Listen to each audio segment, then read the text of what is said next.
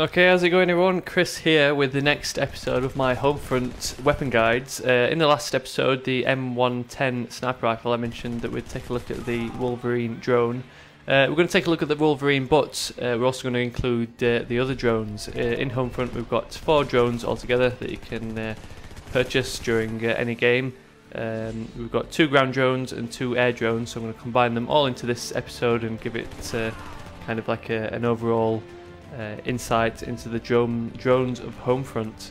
So let's get started. So the first ground drone we're going to look at is the Wolverine, also known as the MQ-50 ground assault drone. This drone is unlocked at level 1, so it's one that you can play with right at the start as soon as you get the game. So a general overview of the Wolverine, basically it's, as you can see, it's a tracked drone with quite a badass machine gun mounted on top of it. It's kind of like Johnny Five from Short Circuit on steroids.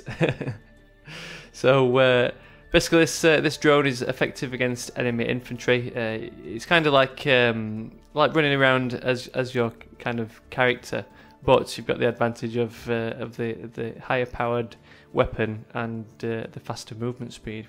The weapon has unlimited ammunition. Like we said, it's that quite beefy machine gun, which is it seems a little bit more powerful than even the LMGs of Homefront. The only downside is, although you've got unlimited ammunition, you do have to wait for a cool-off period if you're letting rip for too long. You have to let the weapon cool down every now and again, which can leave you stranded sometimes. So like most of the drones, they are vulnerable to melee attacks, frag grenades and EMPs, so it doesn't take long at all for the enemy to destroy your drone. It's probably a tiny bit more protected than your actual character.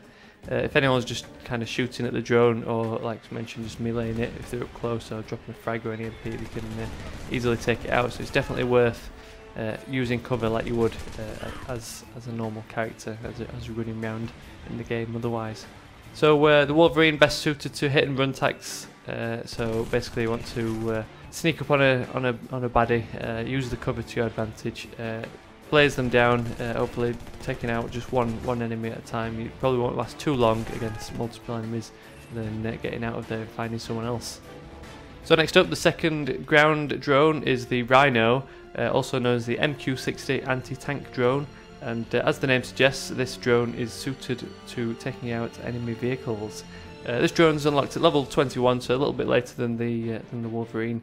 It's the kind of drone that you really keep in your loadout just in case the enemy team gets a tank or some sort of helicopter. As you can see from the little pictures, the main weapon is a big missile launcher. It can either shoot dumbfire rockets, which are unguided, or if you're against a vehicle, you can keep the target painted until you get a lock on. That's super handy for taking out helicopters, which might be moving pretty fast. So like the Wolverine, is vulnerable to melee attacks, frag and EMP, so it can be quite easily destroyed, so it's worth keeping it out of the way. And overall it's mainly suited to destroying enemy tanks and helicopters. You've got in Homefront, you've got quite a few choices taking out the enemy vehicles. You've got the RPGs, the proximity launchers, and then also the vehicles that you can choose from. But the Rhino is a pretty good, cost-effective way of destroying those choppers.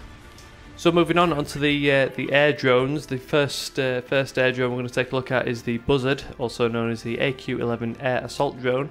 This one's unlocked at level 28. It's the latest one, the last one you get in Homefront. So once you've reached level 28, you've got all the drones available to you. So as you can see, it's basically a miniature helicopter, like a little remote control helicopter with 2 Hellfire pods on either side of it. This thing's pretty good against enemy infantry, although you do have to be quite a skilled pilot. It's quite difficult to kind of get those missiles on target. They don't really have much of a splash damage, so you need to get almost direct hits. As we mentioned, it's got those 2 missile pods on either side, which fire 2 unguided missiles at a time. You've got unlimited ammunition, but you have to wait a slight delay between firing rounds. So you fire the two missiles, and you've got to wait a second or so before you can fire them again. So like all drones, they're vulnerable to EMP attacks, gunfire and RPGs. You really want to be trying to use buildings as cover with this thing so it doesn't get shot out of the sky. And if you do find yourself being shot at, it's worth just getting out of there and trying to fly away as quick as possible. So even though it's quite difficult to get kills with the Buzzard, having to get those shots directly on target, it is probably best suited to giving supporting fire. Obviously, if you're being bombarded with missiles while being attacked by the enemy team, it's going to cause quite a big distraction, because obviously the noise that these missiles make is quite discomforting. So enemy players are going to be switching focus to this thing rather than your teammates. So it's pretty good to keep them away from objectives and just to kind of help your team out and while having some fun yourself. So the last drone we're going to take a look at, the final air drone, is the Parrot, the RQ-10 Air RECON drone. This is a lot different to all the other drones in that it doesn't have any weapons.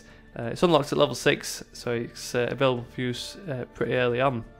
So as you can see, it looks quite unusual. It's got the 4 propeller pods on each corner of it. And basically what it does is mark the enemy players. It doesn't kill them, but by marking the enemy players, you're allowing your teammates to hunt them out and see exactly where they are on the map. So this is an easy way to accumulate battle points. All you have to do is sit back somewhere, drop out a Parrot drone and go flying around, and you get I think 30 or so battle points every time you mark an enemy, and then you get the assist points if that enemy gets killed by one of your teammates. So like the Buzzard, the Parrot is vulnerable to EMP, gunfire and RPGs, so you want to kind of get out of the way if you're getting shot at. And generally the thing's best suited to all-round team games. It benefits everyone on the team, so it's the most selfless drone you can use. So that's my little insight of all the drones in Homefront. I hope you enjoyed it. I hope it gave you some insight if you've just got the game and what sort of things you can play around with. If you enjoyed it, I'd always appreciate a thumbs up. It helps my videos get seen. Drop me a comment if you've got anything to share, and subscribe if you want to stick around for more Homefronts and Black Ops weapon guides. So thanks for watching, and I'll catch you all later.